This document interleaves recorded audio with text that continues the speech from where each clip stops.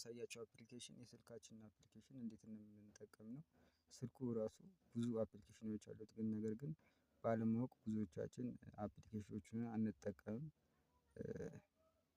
በመሆኑ ዛሬ የማሳያችሁ አፕሊኬሽን በስልካችን ውስጥ የተደበቁ የሚመስሉ የማይታዩ አሁን እነዚህ እዚህ ጋር የምታዩዋቸው የተለያዩ አይነት የስልክ ሴቲንጎች አሉ። ግን ተጨማሪም ሴቲንጎች እንደ ስክሪን ሪኮርደር የተለያዩ ስክሪን ሻት ምናምን የሚያደርጉ ራሱ ስልኩ ያለው ነገር ግን በተጨማሪ ኤክስትራ የሚቀመጡ ባካፕ አሉ ማለት ነው።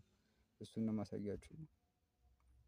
እዚህ ጋር እንዲህ ስታደርጉት ይቺኛዋን ይዛችሁ ታችኛዋን ስታንሸራቱት ታገኛላችሁ። ተጨማሪ ደግሞ እቺኛዋ ከላይ ትመጡና ሴቲንግ ከምትለው አጠገብ የእስክርቢቶ ምልክት አለች። እሷን በመጫን አርታኢ የሚለውን ትነካላችሁ።